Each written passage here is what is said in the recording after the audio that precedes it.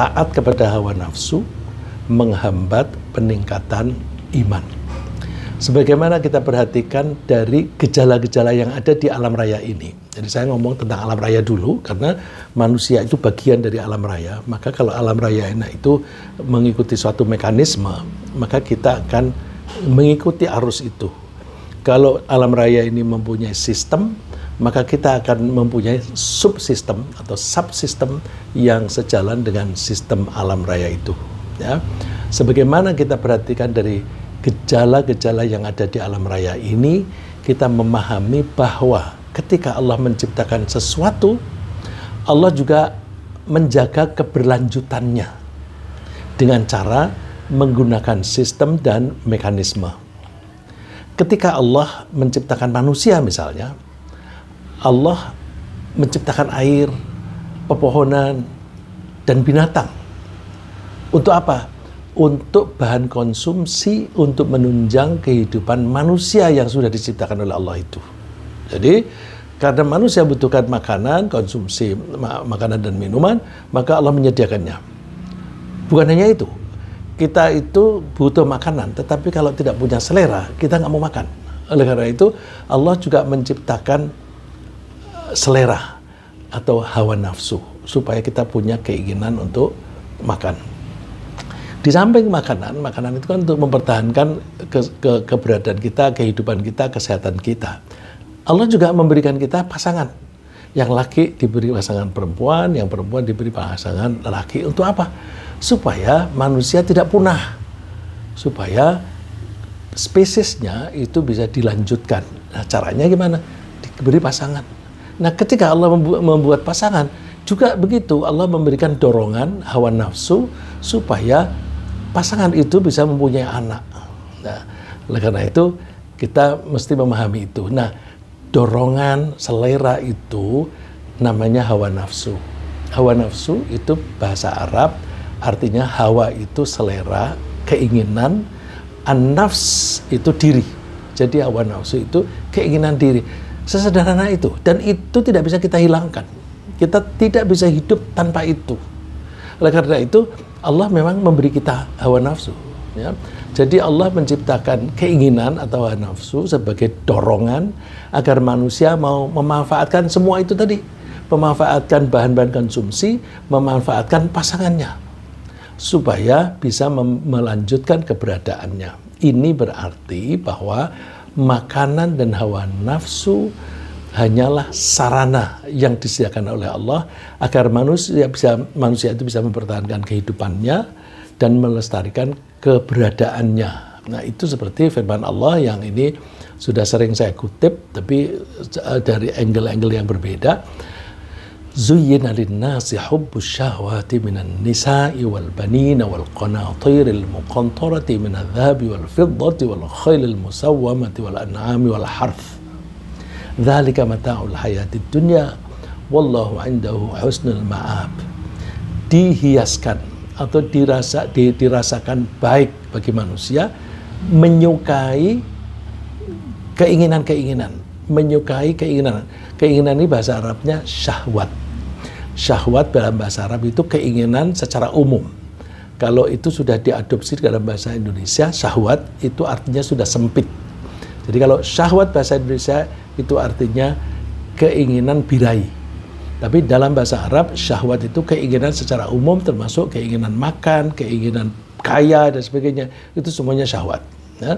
Memang ditanamkan oleh Allah, manusia itu senang untuk menuruti keinginannya, keinginan terhadap wanita, keinginan terhadap anak, keinginan terhadap harta yang banyak, baik berupa emas atau perak, keinginan memiliki kuda yang terlatih, yang bagus, yang sekarang ini kendaraan, memiliki keinginan terhadap binatang ternak dan ladang. Nah, Allah menyebut semuanya itu adalah bekal untuk hidup di dunia. Jadi jelas bahwa materi itu dan juga keinginannya itu semuanya adalah bekal. Nah, bekal itu artinya apa? Bukan tujuan, itu sarana. Ya, sarana untuk apa? Sarana untuk meraih sesuatu yang lebih mulia, yang lebih tinggi nilainya. Allah menyebut wallahu indahu husnul ma'ab. Di sisi Allah itu ada tempat kembali yang bagus. Nah, tempat kembali yang bagus itu yang konkretnya untuk kita itu surga. Jadi Allah sebenarnya menyediakan kita dengan makanan, pasangan, dan hawa nafsu itu agar kita bisa mempertahankan kehidupan dan kemudian menggunakan kehidupan itu sendiri sebagai sarana untuk mengabdi kepada Allah. Ya. Jadi sarana untuk mengabdi kepada Allah. Kalau sarana untuk mengabdi berarti mana yang lebih penting? Tujuannya dong, yaitu mengabdi. Gitu. Dan mengabdi kepada Allah inilah satu-satunya kewajiban yang Allah tugaskan kepada kita manusia dalam hidup ini. Allah berfirman, "Wa ma umiru illa liya'budullaha mukhlishina lahuddina hunafa." Mereka termasuk kita ya, tidak diperintah kecuali hanya untuk mengabdi kepada Allah. Jadi perintahnya hanya satu, ya, mengabdi kepada Allah murni, tujuannya hanya untuk Allah saja. Tidak ada tujuan yang lain. Jadi sholat harus tujuannya untuk mengabdi kepada Allah. Tidak boleh sholat untuk pamer. Sholat untuk menunjukkan kepada orang-orang bahwa aku muslim ya, nanti pilihlah aku sebagai calon gubernur. Nah, itu namanya bukan mukhlisin lahuddin, tidak memurnikan niat. Hunafa itu lurus, tidak meleng, tidak tolah-tolah ke sana kemari, karena kalau meleng nanti bisa tersandung dan bisa tersesat. Terus diperintah juga wa yuqimus shalah. Nah, perintah berikutnya ini bagian dari mengabdi kepada Allah. Termasuk mengabdi kepada Allah adalah melaksanakan sholat, membayar zakat. Dan itulah way of life, cara hidup yang lurus. Cara hidup yang lurus itu, way of life ini saya terjemahkan dari kata din. Din itu biasanya diartikan sebagai agama. Agama itu isinya peraturan-peraturan yang harus ditaati untuk berperilaku sehari-hari. Nah, berarti itu way of life, cara hidup. Cuma sayangnya apa? Banyak orang yang salah mengambil sikap. Salahnya gimana? Tidak menganggap makanan, pasangan, dan hawa nafsu itu sebagai sarana, tapi mereka menjadikannya sebagai tujuan. Mereka tergoda dengan kenikmatan dan kelezatan yang mereka rasakan sebagai hasil dari memanfaatkan hal-hal tersebut. Ya. Jadi materi yang dibutuhkan dan keinginan itu kalau ketemu itu menghasilkan kenikmatan. Kalau kita haus sekali, terus kita ketemu air, kita minum, wah, segar. Nah, kalau kita makan, kita sedang kekurangan vitamin C misalnya, terus kita ketemu mangga yang tidak hanya manis tapi ada asam-asamnya, wah, rasanya enak. Atau apel Malang, ya, karena orang yang kekurangan vitamin C itu kalau makan yang asam-asam itu rasanya enak sekali, karena itu dorongan supaya kita mengonsumsi yang bahan-bahan yang semacam itu.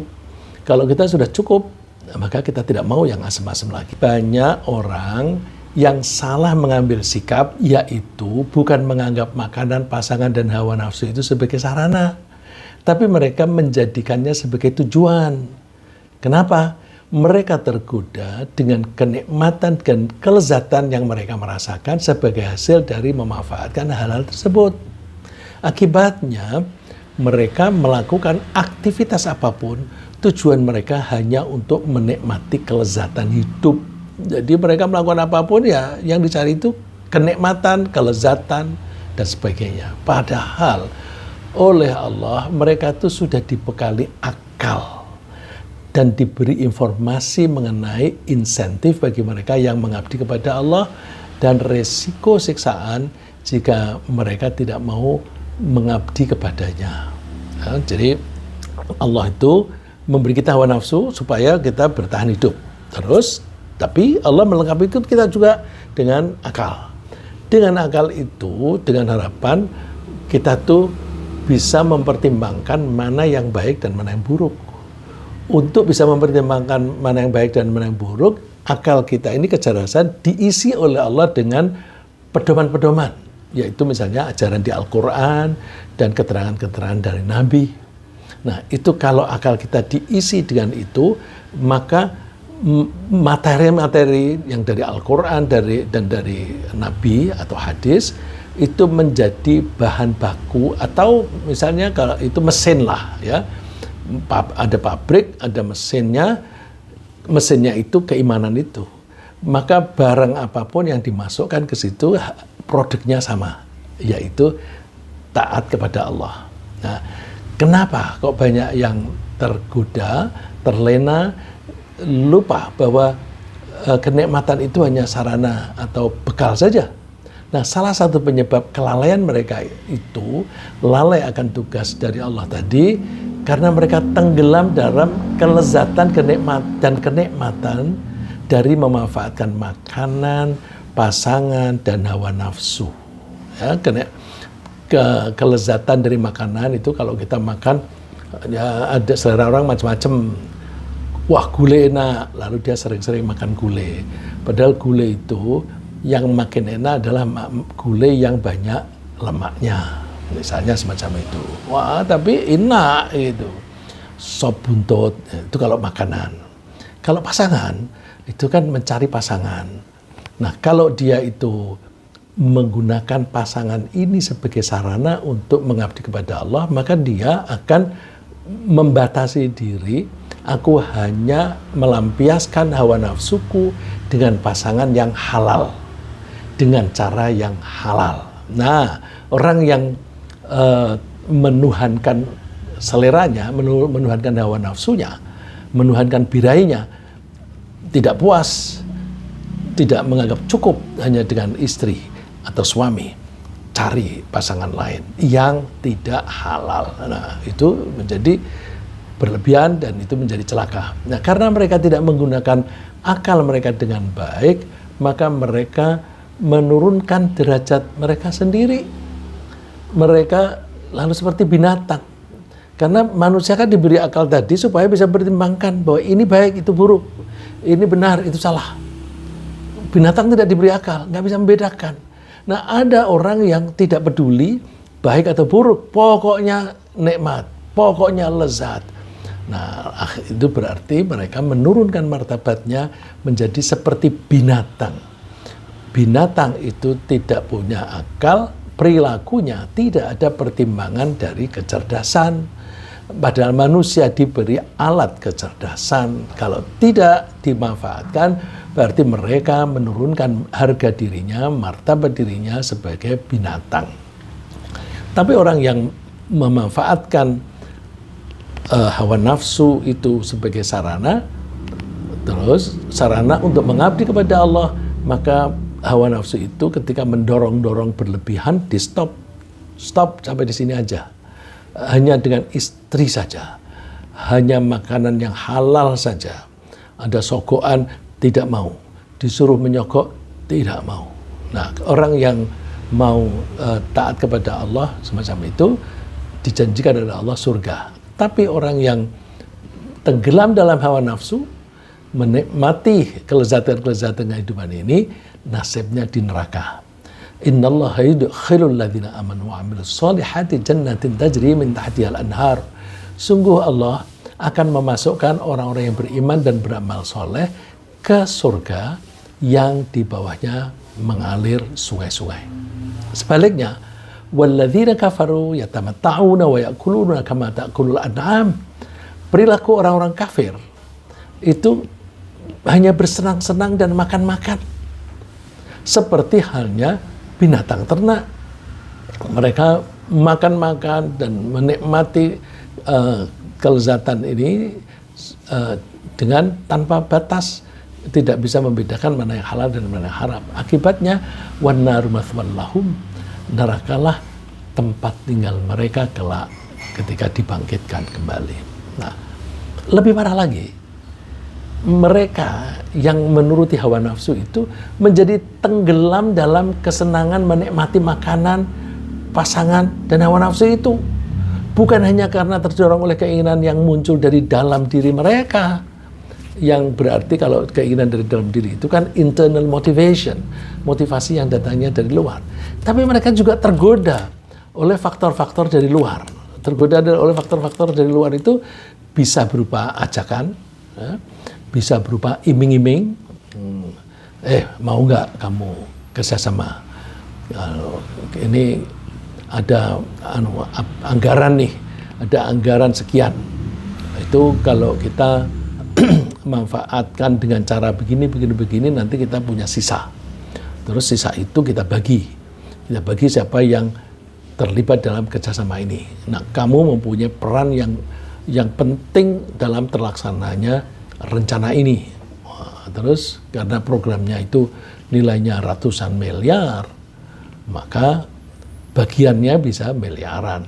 Wah, tergoda. Jadi ada iming-iming dan ada tawaran-tawaran yang sifatnya menyenangkan. Karena apa? Namanya duit itu bisa diubah menjadi makanan yang lezat. Duit itu bisa diubah menjadi wanita cantik yang bukan istrinya sendiri dan sebagainya. Maka mereka sangat tergoda kalau ada iming-iming uang. Nah, orang yang ngajak-ngajak itu disebut setan. Nah, setan itu bisa berupa manusia. Jadi kalau ada orang yang menawari, ayo kerjasama, nanti kita bisa mendapatkan keuntungan dari sini. Kalau itu keuntungan dari korupsi, maka yang ngajak itu setan. Begitu orang yang diajak itu mengikuti, dia ikut jadi setan. Kalau mereka mengajak orang lagi, ya itu menjadi ya setan yang lebih jahat lagi, karena bukan hanya diri mereka yang melakukan kejahatan, tapi ngajak orang lain ikut melakukan kejahatan juga. Nah, dan godaan setan semacam ini bukan hanya terjadi pada orang awam saja. Makanya kita jangan merasa, aku kan sudah orang beriman, tidak gampang lah saya tergoda. Hati-hati ya, setan itu kalau orangnya itu makin pinter, setan yang datang menggoda itu yang ditugasi ya yang lebih pinter gitu. Dan setan itu bisa lebih pinter dari kita dalam hal menggoda ya. Karena apa? Umur mereka kan panjang. Setan itu bisa manusia, bisa jin. Kalau jin itu umurnya bisa ratusan tahun. Kalau umuran ratusan tahun, kan mereka belajarnya dan latihannya bisa panjang sekali. Jadi mereka bisa lebih pintar dari kita. Kita waktu bayi nggak tahu apa-apa. Kita masih remaja, masih on gitu. Kita terus belajar, setannya sudah lebih maju belajarnya. Ya. Dan godaan setan semacam ini bukan hanya terjadi pada orang awam saja, tapi juga terjadi pada para nabi. Gimana tuh menggoda para nabi? Begini caranya. Setiap manusia, termasuk nabi, kan punya keinginan. Nah, setiap dari dia punya keinginan, setan nunggang, menumpangi. Ya, saya kasih contoh kalau untuk kita ya. Kita ini kepingin sholatnya khusyuk. Wah, kita belajar, baca buku, mendengarkan ustadz, kemudian kursus. Ya, di antara kita ini, yang hadir ini ada yang ikut kursus tuh. Ada metode 3T atau apa begitu. Wah, oke lah, itu bagus. Belajar khusyuk. Terus sholat di masjid. Ketika di masjid melihat ada orang sholatnya itu main-main dengan bajunya. Atau melihat-lihat mukenanya bagus, ini motifnya bagus sekali sambil menunggu imam baca Quran, dia nggak paham. Terus bosan kan? Karena bosan lalu melihat motif yang ada di mukenanya atau di bajunya. Nah, terus orang yang sudah belajar sholat khusyuk tadi, yang sudah kursus tadi, berada di sebelahnya. Dia sudah berusaha khusyuk benar. Melihat ada orang seperti itu, dalam hati dia bilang, orang itu nggak bisa khusyuk. Kayak aku nih loh, khusyuk. Nah, itu sudah kena itu. Sudah tidak khusyuk lagi dia. Kalau orang yang khusyuk itu sampingnya itu mau berbuat apa-apa, nggak tahu dan tidak peduli. Kok dia masih peduli dengan itu? Khusyuknya hilang. Ya, jadi ketika orang mempunyai keinginan, termasuk keinginan melakukan kebaikan. Kalau para nabi kan keinginannya masih baik. Ya. anggaplah kita ini juga ingin melakukan yang baik. Nah, itu nanti terus setan itu nunggangi. Ya. Orang-orang sholat di masjid ini nggak ada yang khusyuk. Aku saja yang khusyuk. Itu sudah sombong. Udah sombong. Nah, jadi hati-hati. Setan itu masuk melalui keinginan-keinginan kita. Dan keinginan itu namanya hawa nafsu. Ya. Tapi hawa nafsu kan bisa diarahkan kepada yang baik. Misalnya kepengen sholat khusyuk. Sholat khusyuk itu hawa nafsu yang baik ya. Dorongan yang baik. Kemudian sebenarnya biasanya kalau ingin sholat khusyuk itu tidak disebut dorongannya itu hawa nafsu, bukan. Ya, tapi dorongan ini khusyuk lah. Tapi kalau hawa nafsu yang disebutnya hawa nafsu biasanya untuk hal-hal yang di luar sholat misalnya. Tapi dalam sholat tumpangi gitu. Misalnya jadi dosen. Ya, dosen itu memberikan penjelasan, terus ada mahasiswa, wah baru kali ini aku mendapatkan penjelasan yang luar biasa. Terus emangnya kenapa? Wah, dosen-dosen yang lain itu kalau ngasih keterangan nggak jelas. Terus kita mendengar itu terus hati kita membesar, kepala kita membesar. Aku nih hebat gitu. Nah itu setan udah ya. Jadi para nabi pun digoda. Wa ma arsalna min qablika min rasulin wa nabiyyin illa idza tamanna alqasyaitanu fi umniyatihi. Kami tidaklah mengutus utusan sebelum engkau, dan juga kami tidak mengutus nabi kecuali ketika dia itu mempunyai keinginan, setan itu menaruh sesuatu pada keinginan itu. Nah, bedanya apa? Fayansakhullahu ma yulqi syaitanu tsumma yuhkimullahu ayatihi. Bagi para nabi dan para rasul itu, ketika setan menggoda begitu, karena mereka imannya kuat, kokoh, stabil, maka Allah menyingkirkan godaan setan itu sehingga tidak efektif. Allah Maha mengetahui dan Maha bijaksana. Bandingkan, liyaj'ala ma yulqi syaitanu fitnatan lil ladzina fi qulubihim maradun wal qasiyati qulubuhum.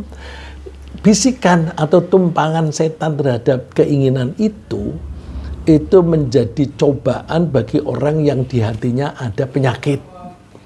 Hati ada penyakit itu apa? Sombong itu penyakit hati, iri hati itu penyakit hati, kikir itu penyakit hati. Nah, jadi kalau ada orang yang hatinya mengandung penyakit, maka godaan setan itu akan efektif membelokkan. Wal qasiyati qulubuhum, dan juga akan mempengaruhi, godaan setan tadi akan mempengaruhi orang yang hatinya keras. Hati keras itu kalau bahasa Indonesia itu yang keras kepala, yang bandel. Nah, orang yang bandel itu kan kalau dinasihati nggak peduli, nggak mau. Nah, orang yang seperti itu ketika dinasihati yang baik nggak peduli, tapi ketika dibisiki setan ngikut. Nah, jadi kalau kita ingin mengurangi godaan setan, caranya kita jangan sampai ada penyakit di hati kita, dan kita jangan bandel. Kita mesti siap, bersedia untuk diberi nasihat. Nah, kalau kita tergoda oleh setan menuruti hawa nafsu, maka kita akan sulit meningkatkan keimanan kita. Nah, kemudian dari uraian tersebut kita bisa memahami bahwa seorang yang menganggap keinginan hawa nafsu itu sebagai tujuan hidup, itu sangat berpotensi menghadapi kesulitan untuk meningkatkan keimanan mereka. Bahkan keimanannya bisa hilang. Jadi orang yang punya keimanan, kalau itu dia terlalu menuruti hawa nafsu, dia sulit mengembangkan dan meningkatkan keimanannya. Bahkan lebih berbahaya lagi, iman yang sudah ada itu bisa hilang, bisa menyingkir dari hati kita. Ya, jadi keimanan orang yang semacam itu bisa hilang jika ia terlalu mentaati panggilan hawa nafsunya. Dengan kata lain, orang yang selalu menggunakan hawa nafsu sebagai pertimbangan dalam melakukan aktivitas apapun, itu cenderung untuk mempertuhan hawa nafsunya sendiri, bukan Allah. Jadi misalnya begini, bekerja, cari pekerjaan yang bagaimana? Yang duitnya banyak dong. Oke, yang banyak itu tentu setiap orang begitu. Terus kalau ditawari, kamu bisa kerja di perusahaan A atau perusahaan B. Di perusahaan A gajimu 10 juta. Anggaplah ini angkanya asal gitu, hanya untuk menunjukkan lebih banyak dan lebih sedikit. Dari uraian tersebut kita bisa memahami bahwa seorang yang menganggap keinginan hawa nafsunya itu sebagai tujuan hidup sangat berpotensi untuk menghadapi kesulitan untuk meningkatkan keimanan mereka. Bahkan keimanannya bisa hilang jika ia terlalu mentaati hawa nafsu. Dengan kata lain, orang yang selalu menggunakan hawa nafsu sebagai pertimbangan dalam melakukan aktivitas apapun cenderung mempertuhan hawa nafsu. Saya kasih contoh, misalnya ada seseorang ditawari 2 macam pekerjaan alternatif, pilih. Di lembaga atau perusahaan A, dia mendapatkan take home pay 10 juta net. Di lembaga atau perusahaan B, dia gajinya hanya 5 juta. Tapi sikutannya banyak. Ini bapak-bapak, ibu-ibu sudah paham. Kalau Pak Heru jelas sangat paham. Ya. Jadi ada gajinya kecil, tapi kalau ada orang melanggar peraturan, kesempatan milih melewat jalur hukum apa tidak. Kalau mau jawab dulu silahkan. Kalau tidak, ya kebijaksanaanmu lah. Lalu nawari duit. Nah itu take home pay-nya bisa tidak hanya 10 juta, bisa banyak sekali. Ya, itu kemudian kebanyakan orang milih mana? Gajinya jelas semuanya halal, net 10 juta. Terus dan itu net maksudnya take home pay-nya ya, yang dibawa pulang itu 10 juta. Terus ada lembaga yang menawarkan gajinya itu 5 juta. Tapi sikutannya membuat take home pay-nya bisa lebih dari 10 juta, bisa berpuluh-puluh juta. Kebanyakan milih mana? Kebanyakan di antara masyarakat kita akan nanti memilih yang itu tadi, sikutannya yang banyak. Ya. Karena tujuan mereka bukan lagi menuruti Allah, tetapi menuruti uang.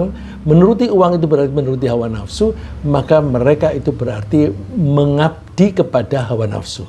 Kalau mengabdi kepada hawa nafsu, berarti mereka menganggap hawa nafsu itu sebagai Tuhan.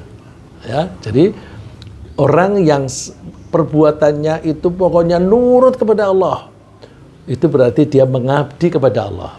Kalau orang itu mengabdi kepada Allah, berarti orang itu menganggap Allah sebagai Tuhan. Kalau ada orang, apapun yang dilakukan hanya dalam rangka nurut kepada hawa nafsu, dia taat kepada hawa nafsu, maka dia berarti mengabdi kepada hawa nafsu yang disimbolkan dengan uang. Nah, jadi orang itu pertimbangannya hanya hawa nafsu, dia hanya nurut yang ujung-ujungnya adalah duit. Kalau orang melakukan apapun yang penting duit, maka berarti dia telah mempertuhan duit atau mempertuhan hawa nafsu. Maka kalau di dalam Al-Quran disebutkan orang yang mempertuhan hawa nafsunya sendiri, hawa nafsu itu tadi keinginan, orang yang mempertuhan keinginannya sendiri, maka saya ulang, orang yang selalu mengikuti keinginannya sendiri sama dengan orang itu menganggap keinginannya sendiri itu sebagai Tuhan. Allah berfirman, "Afara'aita man ittakhadha ilahahu hawah wa adallahu Allahu ala ilmi wa khatama ala sam'ihi wa qalbihi wa ja'ala ala basarihi ghishawah." Tahu nggak kamu orang yang menjadikan hawa nafsunya sendiri sebagai Tuhan? Nah, orang semacam itu menjadi sesat meskipun orang itu pintar. Coba, koruptor-koruptor itu doktor apa bukan? Doktor, profesor korupsi. Bukan hanya itu. Ada juga ulama-ulama atau bahkan kiai ya, yang kemudian korupsi. Ada nggak? Banyak. Jadi tidak ada jaminan bahwa orang yang mengerti banyak pengetahuan agama itu akan bisa mengendalikan hawa nafsunya sendiri. Tidak ada jaminan. Ya, maka saya setuju dengan teman-teman di PPM ini. Teman-teman PPM dulu mulai dari awal kan Pak, kita ini ngaji tidak untuk mencari kepintaran. Ya, jadi nggak usah banyak-banyak materi yang disampaikan, karena kami tidak ingin pintar, tapi kami ingin memakai. Ya, kalau ingin memakai berarti ketika kita membahas sesuatu harus kita paham. Ya, paham baru nanti dilaksanakan. Ya, mohon maaf saya menyimpang sedikit. Ada teori kognitif dari Bloom, ya, Bloom's taxonomy of cognitive. Nah, itu dia menaruh knowledge, ilmu pengetahuan itu paling awal, paling dasar. Kalau orang sudah mempunyai ilmunya, tidak ada jaminan dia bisa menerapkan. Untuk menerapkan, dia butuh naik ke level comprehension, memahami hal yang diketahui tadi dari berbagai sudut pandang dan kompleksitas sampai dengan bagaimana itu bisa terjadi. Nah, itu level yang berikutnya. Aplikasi, menerapkan, itu dia lebih tinggi lagi. Baru setelah itu dia berusaha mengaplikasi. Maka kalau kita mau ngaji, yang penting adalah kita bisa aplikasi. Untuk bisa mengaplikasi, tidak cukup hanya pengetahuan saja, tapi harus bisa comprehend, ya, memahami dengan baik bagaimana penerapannya di dalam kehidupan sehari-hari. Ya. Maka pengajian kita ini kan temanya itu aplikasi keimanan dalam kehidupan sehari-hari. Ya. Jadi Allah mempertanyakan, apakah kita tahu orang yang menjadikan hawa nafsunya sebagai Tuhan? Tahukah engkau orang yang menjadikan hawa nafsunya sebagai Tuhan? Dan karena itu mereka itu menjadi sesat meskipun mereka mempunyai ilmu. Nah, tadi saya sebutkan banyak orang-orang pinter tapi juga tersesat karena mengikuti hawa nafsu. Nah, orang yang semacam itu wa khatama ala sam'ihi wa qalbihi wa ja'ala ala basarihi ghishawah. Mereka melihat tetapi seolah-olah tidak ada gunanya dia melihat.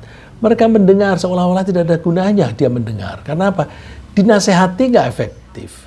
Ditunjukin contoh tidak efektif. Tunjukin bahwa ini, lihat nih medsos semua membahas kamu. Wah, dia nggak merasa bersalah. Terus ada saja tuh alasan-alasan excuse-nya. Bahkan ada orang-orang yang membelain, enggak apa-apa, itu hanya bercanda kok, dan sebagainya. Nah, orang yang semacam itu sulit mendapatkan hidayah dari Allah. Faman yahdihi min ba'dillah, siapa yang bisa memberi hidayah kepada orang semacam itu selain Allah? Nggak ada. Afala tadhakkarun, apakah kalian itu tidak mengambil pelajaran? Jadi hati-hati dengan hawa nafsu. Hawa nafsu itu pekerjaannya mendorong-dorong, ya. Mendorong-dorong itu kita suka menyebut motivasi. Nah, cuma kalau motivasi itu kan ada yang kita usahakan motivasi itu yang baik. Tapi di motivasi itu ada yang baik, ada yang buruk. Itu dorongan terhadap untuk melakukan sesuatu yang baik dan dorongan untuk melakukan sesuatu yang tidak baik. Nah, itu kita mesti mempunyai ilmunya dan kemudian kita setiap kali punya keinginan kita analisa. Kita analisa ini menjerumuskan aku atau tidak dan sebagainya. Nah, orang yang lebih mentaati hawa nafsunya daripada mentaati Allah juga memiliki kecenderungan untuk tidak adil. Sehingga mereka tega mengambil atau mencuri harta orang lain. Misalnya dengan cara menipu, memeras, atau korupsi. Ya, jadi orang yang suka nurut hawa nafsu, nanti lihat, dia cenderung untuk tidak adil.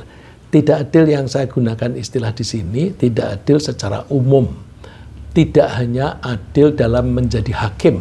Ya, tidak hanya adil ketika menjadi pemimpin masyarakat. Tapi adil ini termasuk ketika memimpin diri kita sendiri. Kalau kita adil terhadap diri kita sendiri, kita butuh makan, ketika kita lapar, kita kasih makan. Tapi kalau kemudian misalnya berada di luar negeri, uang sakunya dolar, lalu terus mau makan, ada uang saku. Tapi ketika mau makan pakai kalkulator, aduh, kok mahal sekali begini. Terus makannya menghemat, beli paling McD atau apa atau roti begitu. Terus sakit karena kedinginan itu. Nah itu dia tidak adil pada diri sendiri. Jadi orang yang menuruti hawa nafsu itu cenderung tidak adil, sehingga orang semacam itu tuh tega menyakiti diri sendiri dan juga bahkan menyakiti orang lain. Menyakiti orang lain itu dengan cara menipu, itu kan mengambil hak orang lain dengan cara menipu atau dengan memeras atau korupsi. Nah ini negara kita ini sudah parah. Ya, kenapa parah? Ya salah kita sendiri, karena bangsa kita ini melakukan apapun ujung-ujungnya duit. Nah, semua coba. Ketika kita kuliah, kita milih jurusan yang mana? Yang nanti mudah mencari pekerjaan. Ya, saya punya teman yang dia bilang, anakku semua aku sekolahin ekonomi, ada yang akuntansi, ya, atau ada yang ekonomi pembangunan dan sebagainya. Kenapa semua ekonomi? Biar cepat cari duit, gitu. Nah itu berarti ketika sekolah, baik kita sendiri maupun anak-anak kita memberi saran kepada anak kita, ujung-ujungnya duit. Kalau mau ambil misalnya seni rupa atau mau ambil bahasa Arab, kamu kuliah bahasa Arab, mau makan apa kamu? Mau makan apa? Artinya kamu tidak akan dapat duit. Nah terus akibatnya apa? Coba lihat, ambil aja 100 orang bangsa kita Indonesia ini, tidak usah jauh-jauh, ambil orang di masjid, kan sudah selektif tuh. Di antara 100 orang yang diambil dari masjid, yang pintar bahasa Arab berapa? Belum tentu ada 5%. Belum tentu ada 3%. Ya. Karena apa? Ya karena dihindari. Karena kalau dengan persepsi bahwa, dengan asumsi bahwa kalau sekolahnya itu bahasa Arab, nanti kerja apa? Nggak bisa makan. Ujung-ujungnya tidak ada duitnya. Ya. Jadi orang yang cenderung menuhankan hawa nafsu itu cenderung untuk tidak adil, bisa tidak adil pada diri sendiri, bisa tidak adil pada orang lain. Nah, oleh karena itu kita dianjurkan untuk menghindari mentaati. Kita memanfaatkan hawa nafsu untuk mempertahankan hidup saja. Allah menganjurkan kita supaya adil. Ya ayyuhalladzina amanu kunu qawwamina bil qisti syuhada'a lillahi walau ala anfusikum awil walidaini wal aqrabin. Hai orang-orang beriman, jadilah kamu penegak keadilan.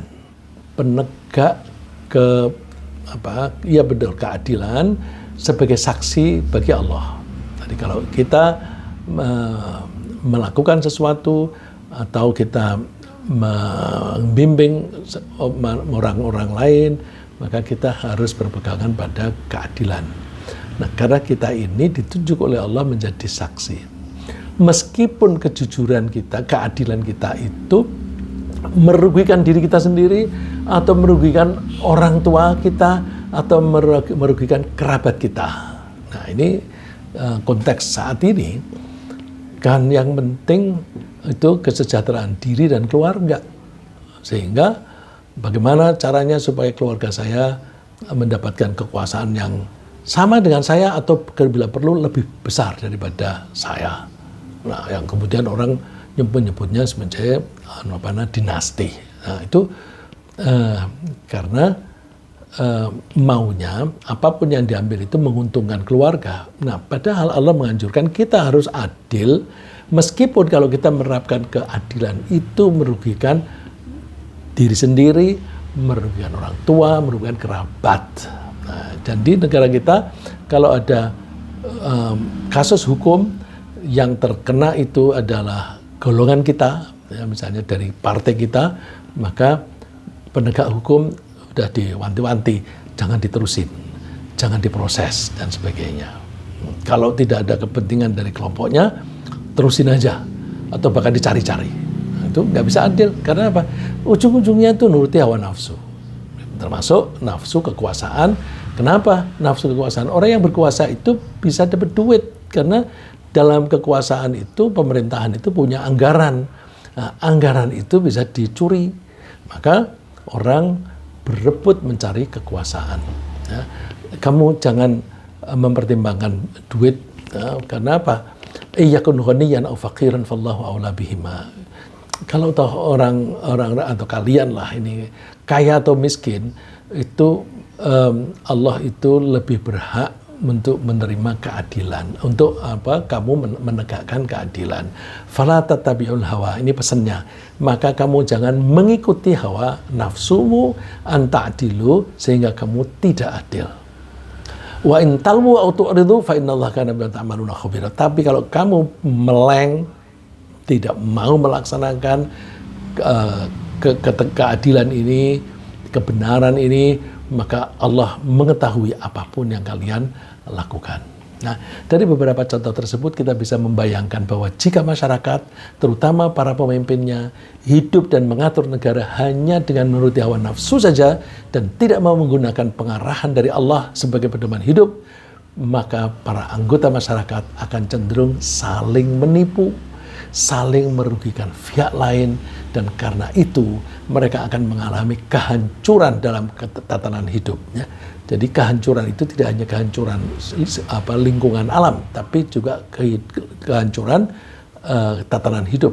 Bahkan lingkungan alam pun bisa juga rusak karena mereka cenderung menguras sumber daya alam, termasuk batu bara, emas, timah, nikel, dengan cara yang zalim. Dan semua ini bertentangan dengan keimanan. Oleh karena itu, kalau orang mengikuti hawa nafsu, maka yang terjadi adalah kehancuran dan iman tidak akan bisa meningkat. Walau ittaba'al haqqu ahwa'ahum la fasadatis samawati wal ardu wa man fihin. Seandainya kebenaran itu menuruti hawa nafsu mereka, maka langit dan bumi seisinya semua akan hancur. Ya, bagaimana kita melihat tanda-tanda bahwa kebenaran itu ukurannya hawa nafsu? Coba aja lihat. Kalau ada penguasa ingin mentargetkan sesuatu, undang-undangnya tidak cocok, maka undang-undangnya diubah dulu sesuai dengan selera. Setelah itu, lalu rencananya dijalankan. Jadi, undang-undang dibuat untuk memfasilitasi selera itu. Nah, kalau itu dilakukan terus-menerus, hancur negara kita. Ya. Jadi, nggak boleh undang-undang tidak berdasarkan keinginan, selera, termasuk selera berkuasa, selera mendapatkan uang. Oleh karena itu kita yang beriman kepada Allah mesti berusaha berhati-hati. Jangan sampai kita terseret oleh hawa nafsu kita sendiri. Kita tidak boleh membiarkan hawa nafsu kita menjadi liar, tak terkendali. Kita harus bisa mengendalikan hawa nafsu kita sendiri, karena apa? Hawa nafsu itu kan bagian dari kita. Tangan ini bagian dari kita, maka kita harus bisa mengendalikan tangan ini. Jangan memegang barang yang panas. Kita menjauh. Karena tangan ini bagian dari kita, kita bisa mengendalikan ini. Hawa nafsu itu bagian dari kita. Maka kita harus bisa mengendalikan hawa nafsu. Jangan sampai hawa nafsu yang mengendalikan kita. Ya.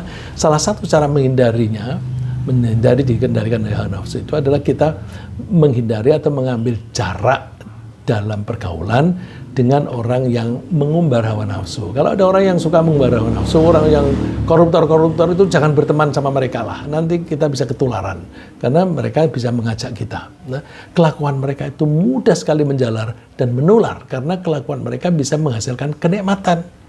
Kita lebih baik bergaul dan berakrab dengan orang-orang yang terbukti bisa mengendalikan hawa nafsunya mereka.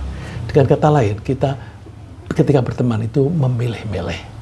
Seperti perintah Allah, wasbir nafsaka ma'al ladzina yad'una rabbahum bil ghadati wal 'ashyi yuriduna wajhah. Tekunilah dirimu bergaul dengan orang-orang yang setiap hari itu manggil-manggil Allah. Allahu Akbar. Terus ya Allah, ampunilah saya. Itu kan manggil-manggil Allah. Baik pagi, sore, siang, malam. Mereka melakukan semuanya itu hanya mengharapkan ridha dari Allah. Wala ta'du ainaka anhum turidu zinatal hayatid dunya.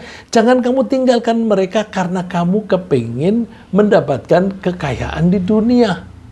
Jadi teman-teman ini tinggalkan. Misalnya orang-orang yang baik itu kan kebanyakan di masjid, lalu terus menjadi jarang ke masjid atau bahkan tidak pernah ke masjid. Pergaulannya ganti. Wala tuti' man aghfalna qalbahu an dzikrina wattaba'a hawahu wa kana amruhu furta.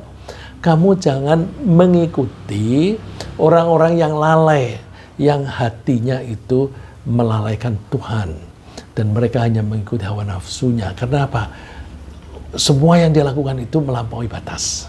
Nah, Allah sebaliknya, Allah menjanjikan surga bagi orang-orang mukmin yang mampu mengendalikan hawa nafsunya sendiri. Wa amma man khafa maqama rabbih wa nahan nafsa 'anil hawa fa innal jannata hiyal ma'wa.